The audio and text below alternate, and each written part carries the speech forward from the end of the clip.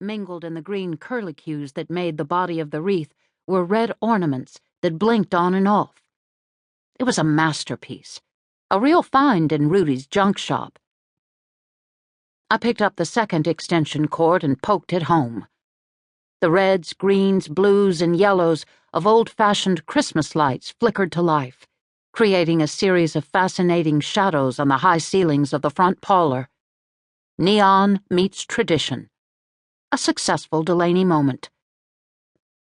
Before I could stand up to see the fruits of my labors, I heard the harumph that warned me Jitty was in the room.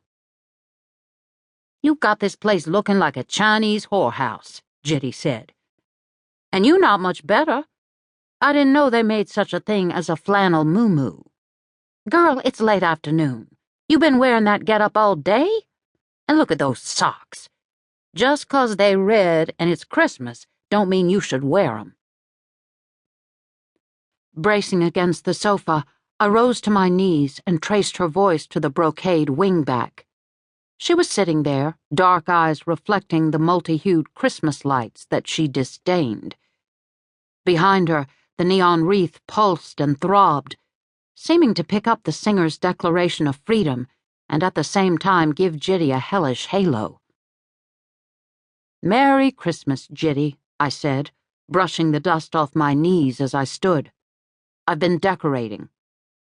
"Honey, you need some serious help," she replied. "This ain't decorating. This is vandalism." I walked across the wide, polished oak planks of the parlor and viewed my handiwork from her vantage point.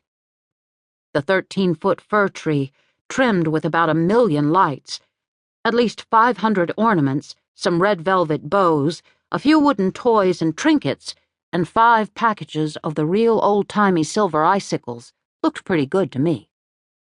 Not to mention the stockings hung by the fireplace with care, or the thorn branch that I'd laboriously studded with rainbow gumdrops. I turned back to Jitty. "I think it looks great." "Don't get that hurt look on your face, Sarah Booth," she said coldly. "Some women got the touch when it comes to decorating, some don't. You could improve yourself a little bit, though, if you'd take a few hints from—" "Stop." I would not allow the name of the decorating maven from hell to be spoken in my home. My home.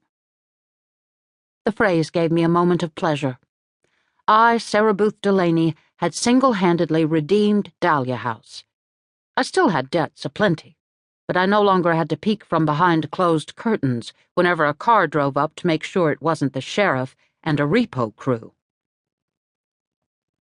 "What you looking so self-satisfied for?" Jitty asked, with tiny little snake rattles in her voice. I looked at her. Really looked at her for the first time today. Gone were the glitz and gaudiness of the 70s. Jitty had reinvented herself yet again. "Where in the hell did you get those clothes?" I asked, pointing at her and moving my finger up and down to indicate the entire package.